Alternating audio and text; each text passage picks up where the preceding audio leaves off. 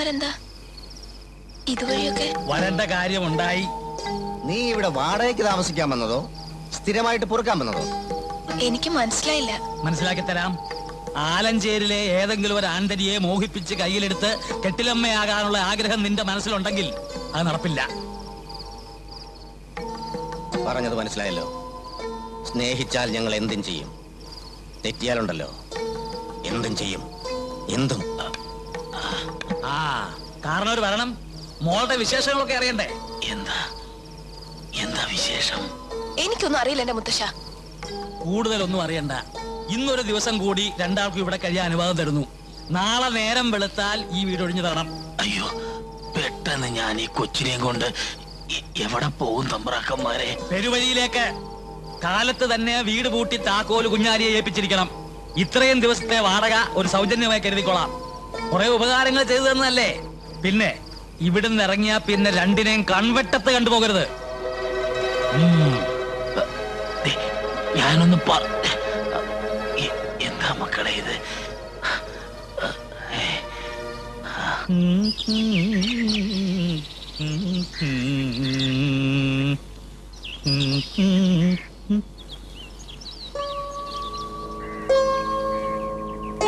നീ എന്തിനാ ഇപ്പൊ ഇങ്ങോട്ട് വന്നേ?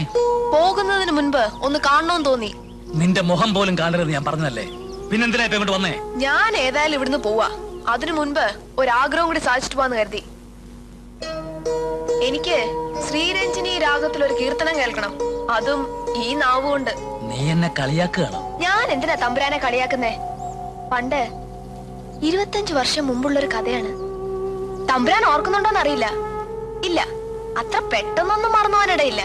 അന്ന് ഈ തറവാട്ടിലെ കെട്ടിലമ്മ വിലക്കിയിട്ടും ആരും അറിയാണ്ട് ഇവിടുത്തെ ക്ഷേത്രത്തിനടുത്തുള്ള ആൽമരച്ചോട്ടിലിരുന്ന് കാർത്തൂന്റെ ചെവിയിൽ തമ്പുരാൻ മന്ത്രിച്ചില്ലേ ആ രാഗം.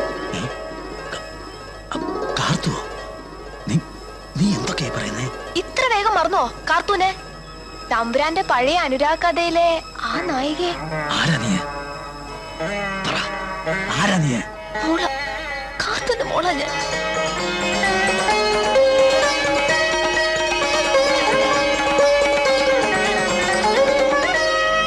ഇനിയിപ്പൊ തമ്പുരാൻ എന്നെ ഇറക്കി വിടണോ? ഇറക്കി വിട്ടോ. അപ്പോഴെങ്കിലും നാട്ടുകാരൊക്കെ അറിയല്ലോ പഴയ കഥകള്. അതിനുവേണ്ടി തന്നെയാ ഞാൻ വന്നിരിക്കുന്നത്. ഞാൻ വടക്കേപ്പറമ്പിലെ ആ വാടക വീട്ടിൽ തന്നെ താമസിക്കാൻ പോവാ. തമ്പുരാന്റെ മോക്ക് അതിനുള്ള അവകാശം ഉണ്ടല്ലോ.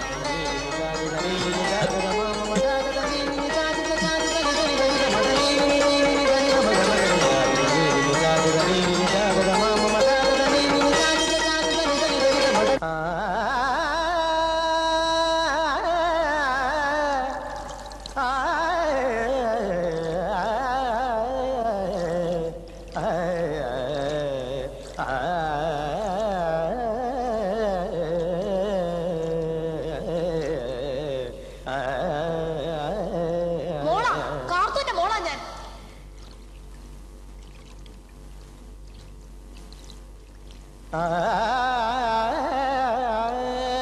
അച്ഛാ, അച്ഛാ,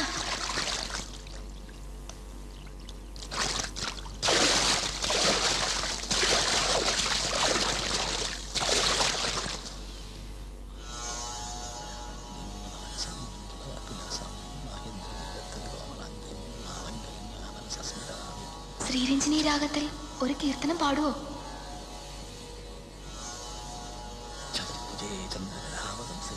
അച്ഛാ, കാർത്തൂന്റെ മോളാ ഞാൻ.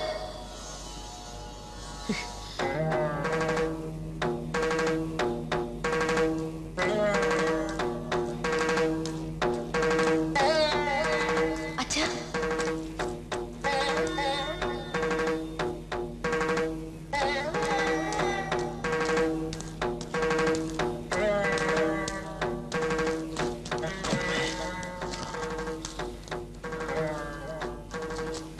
അല്ല, എന്തു പറ്റി?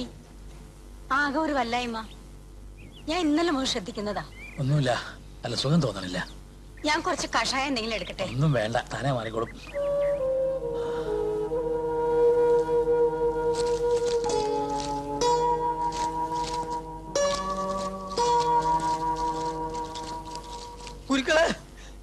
കുരുക്കളെ കുരുക്കളെ എന്താടാ? ആ പെണ്ണിനോട് വീട് ഞാൻ പറഞ്ഞിട്ട് ഓൾ ഒയ്യുന്നില്ല. നീയാണ് ഇതിനൊക്കെ കാരണം. അവളെ ഇറക്കി വിടാൻ നിന്നോട് ഞാൻ പറഞ്ഞിരുന്നല്ലേ? അതും ഞാൻ പറഞ്ഞു നോക്കി, കേൾക്കണില്ല. ഓള് കേൾക്കണമില്ല. ആരിറക്കി വിട്ടാലും പോണ പ്രശ്നമില്ല എന്നാ പറഞ്ഞേ. അവൾ അങ്ങനെ പറഞ്ഞോ? ആ എന്നാലും അതൊന്നും അറിയണമല്ലോ.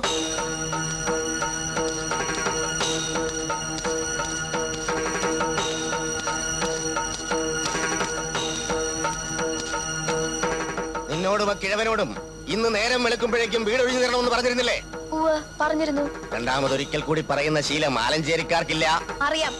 തമ്പ്രാക്കന്മാരിൽ ഒരാൾ പറഞ്ഞാൽ മറ്റൊരാൾക്കും രണ്ടാമത് ആലോചിക്കേണ്ടി വരില്ലെന്നറിയാം. പിടിച്ചു പുറത്താക്കണവളെ. തൊട്ടുപോലെ തന്നെ പിടിച്ചു പുറത്താക്കുന്നതിന് മുമ്പ് എനിക്കൊരു കാര്യം കൂടി അറിഞ്ഞാ കൊള്ളാം. നിനക്ക് എന്താണ് ഇനി അറിയാനുള്ളത്? നിങ്ങൾ തന്നെയല്ലേ എന്നോട് ആദ്യം പറഞ്ഞത് രണ്ട് തമ്പ്രാക്കന്മാരുടെയും തീരുമാനം ഒന്നാണെന്ന്? അതിലാർക്കും സംശയം വേണ്ട. എന്റെ തീരുമാനം തന്നെ അവന്റെ. അല്ല, ആ തമ്പുരാൻ പറഞ്ഞിട്ടാ ഞാൻ ഇന്നിവിടെ നിൽക്കുന്നത്. സംശയമുണ്ടെങ്കിൽ നിങ്ങൾ ആ തമ്പുരാനോട് ചോദിച്ചു നോക്ക്. അവിടുന്ന് പറയട്ടെ, എങ്കിൽ ആ നിമിഷം ഞാൻ ഇവിടെ ഇറങ്ങിത്തരാം. അപ്പോ അറിയാലോ ആരുടെ വാക്കാ വരുതെന്ന്. തമ്പ്രാക്കന്മാരുടെ വലിപ്പച്ചെറുപ്പത്തെ കുറിച്ചൊന്നും നീ എന്നെ പഠിപ്പിക്കണ്ട. ഇനി നീ പറഞ്ഞത് കള്ളമാണെങ്കിൽ പിന്നെ ഈ കര പോലും കാണാമെന്ന് കരുതണ്ട. വാടാ.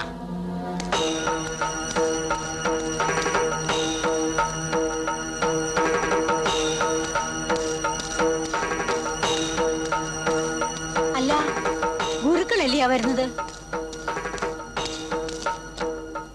എന്താ ചന്തപ്പാ? താൻ ആ പെണ്ണിനോട് വടക്കേ പറമ്പിൽ ഇറങ്ങണ്ടെന്ന് പറഞ്ഞോ? അത് പറയേ. താൻ അങ്ങനെ പറഞ്ഞോ? പറഞ്ഞു. എങ്കിൽ എന്തിനു വേണ്ടി? എനിക്കറിയണം എന്താലോചിച്ചിട്ടാ താൻ തീരുമാനം പറഞ്ഞതെന്ന്. തനിക്ക് എന്ത് പറ്റിയിടോ? ഞാനും താനും കൂടാണ് ആ കുട്ടിയോട് ഇറങ്ങി പോകാൻ പറഞ്ഞത്. പക്ഷെ എനിക്കത് മാറ്റി പറയേണ്ടി വന്നു. കാരണം ഇപ്പോഴാരും എന്നോടൊന്നും ചോദിക്കരുത്. കാരണങ്ങളൊന്നും എനിക്കറിയണ്ട. പക്ഷെ താനൊന്ന് ഓർത്തോ, എനിക്കും തനിക്കും ഒരു വാക്കേ ഉണ്ടായിരുന്നുള്ളൂ ഇതുവരെ. ഇപ്പൊ താനത് മറന്നു അല്ലേ? സന്തോഷമായിടോ. വാടാ പോവാം. അല്ല, അത് ഞാൻ പറയുന്നൊന്ന് കേൾക്കുക. മക്കളെ വാടാ. ഇതിനായിരുന്നോ രാവിലെ മുതൽ ഈ ഇരിപ്പിരുന്നത്? നിങ്ങൾക്ക് ഇത് എന്ത് പറ്റി? എനിക്കൊന്നും പറ്റിയില്ല. എല്ലാരും കൂടെ എന്നെ പ്രാന്ത് പിടിപ്പിക്കാതിരിക്കുക.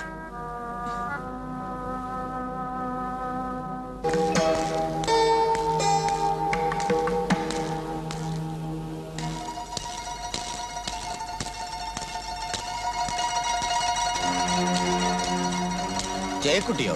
ഗുരുക്കൾക്ക് വിശ്വാസം വരില്ല എന്ന് എനിക്കറിയാം. എന്നാലും ഒരാപത്ത് വരുമ്പോ ശത്രുത എല്ലാം മറന്ന് അന്വേഷിച്ചു വരിക എന്നുള്ളത് നമ്മുടെ ഒരു ധർമ്മമല്ലേ? വിവരങ്ങളൊക്കെ ഞാൻ അറിഞ്ഞു. ഗുരുക്കള് ചാത്തുക്കുട്ടിയായിട്ട് ആ പെണ്ണിന്റെ കാര്യത്തിൽ തെറ്റിയത് ഉൾപ്പെടെ. അല്ല, അയാളെ ഞാൻ കുറ്റം പറയല്ല. തന്നെയല്ല, നിങ്ങൾ ഇപ്പൊ ചെയ്തത് ശരി എന്നുള്ള പക്ഷക്കാരനാണ് ഞാൻ. ഇന്നല്ലെങ്കിൽ നാളെ ഞാനിത് പ്രതീക്ഷിച്ചതാ. ഇപ്പോഴാ അവൻ അവന്റെ തനി സ്വരൂപം ശരിക്കും പുറത്തു കാണിച്ചത്. ജയക്കുട്ടി ഇതുവരെ വന്ന കാര്യം പറഞ്ഞില്ല. ഞാൻ പുര കത്തുമ്പോ വാഴ വെട്ടുക എന്ന് വിചാരിക്കരുത്. അല്ല, എന്നെ പറ്റി അങ്ങനെ കരുതില്ല എന്ന് എനിക്കറിയാം. അതുകൊണ്ട് പറയാ, ഭാഗവതർക്കെതിരായിട്ട് എന്ത് സഹായം വേണമെങ്കിലും ഗുരുക്കൾക്ക് എന്നോട് ആവശ്യപ്പെടാം. ആ, താൻ എനിക്ക് എന്ത് സഹായവും ചെയ്യുമോ? സംശയം എന്തിരിക്കുന്നു? എന്തും എന്തും. പക്ഷേ എനിക്ക് അതിനൊരു പ്രതിഫലമൊക്കെ വേണം. പണത്തിന്റെ കാര്യമല്ലെന്ന് അറിയാലോ. എങ്കിൽ തനിക്ക് ഞാൻ ഇപ്പൊ തന്നെ പ്രതിഫലം തരാം.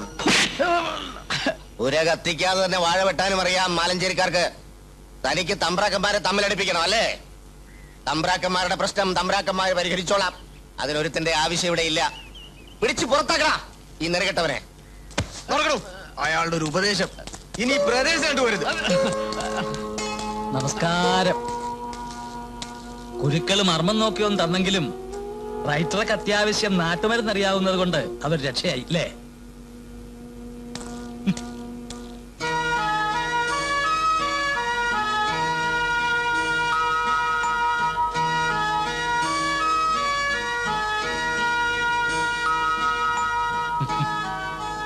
താൻ എന്ത് പോക്കാടും അവിടെ നിന്ന് ഇറങ്ങി പോന്നത്? ഞാൻ പറയുന്ന ഒന്ന് കേക്ക. വേണ്ട, ചെറിയ കാര്യങ്ങൾ അതെന്തായാലും എന്നെ നോവിക്കും. പ്രത്യേകിച്ചും തന്റെ അടുത്തുനിന്നാകുമ്പോ. താൻ വിചാരിക്കുന്നത് പോലെ അതൊരു ചെറിയ കാര്യമല്ല. പണ്ട് ഒരുപാട് കുരുത്തക്കേടുകൾ ചെയ്തിട്ടില്ലേ നമ്മള്? അതിലൊന്ന് സ്വൈരക്കേടായി തിരിച്ചു വന്നിരിക്കുന്നു. ആ, കാർത്തൂനെ ഓർമ്മയില്ലേ തനിക്ക്? കാർത്തു, താൻ എന്തൊക്കെയായി പറയുന്നേ? ഒക്കെ പറയാം. ഇവിടെ വെച്ചല്ല. താൻ വരിക. വരിക. താനീ പറയുന്നത് സത്യമാണോ? സത്യം. ഇനി അല്ലാന്ന് തനിക്ക് പറയാൻ പറ്റുമോ? അവളുടെ കണ്ണുകൾ ശ്രദ്ധിച്ചോ താൻ? കാർത്തുവിന്റെ നോട്ടം അവളുടേത്. എന്റെ മുഖത്ത് നോക്കി മോളാണെന്ന് അവൾ പറഞ്ഞപ്പോ എനിക്ക് നിഷേധിക്കാൻ പറ്റിയില്ല. എന്താ കാര്യം? അത് സത്യമായതുകൊണ്ടാ. കാർത്തൂനെയും അവളുടെ അച്ഛനെയും അമര ഐക്യരാമാനം നാട് കടത്തുമ്പോ അവൾ തന്റെ കുട്ടിയെ വയറ്റി ചുമക്കുന്നുണ്ടായിരുന്നു എന്നുള്ളത് നേരാ. പക്ഷെ ആ കുട്ടി തിരിച്ചു വരിക എന്നൊക്കെ പറയുമ്പോ എങ്കിൽ കാർത്തു എവിടെ? അത് ഞാൻ ചോദിച്ചില്ല. ചോദിക്കാൻ പറ്റിയ മാനസികാവസ്ഥയായിരുന്നു എനിക്ക്. ഇതൊരു കള്ളക്കഥയായിട്ട് ഞാൻ കാണും. ചന്തപ്പൻ, ഞാൻ പറയുന്ന അങ്ങോട്ട് കേൾക്കുക. നമുക്ക് മാത്രം അറിയാവുന്ന 10-25 വർഷം മുമ്പുള്ള ഒരു കഥ അവൾ എങ്ങനെ അറിഞ്ഞു? അന്ന് അങ്ങനെ ഒരു കയ്യബദ്ധം എനിക്ക് പറ്റി എന്നുള്ളത് നേരാ.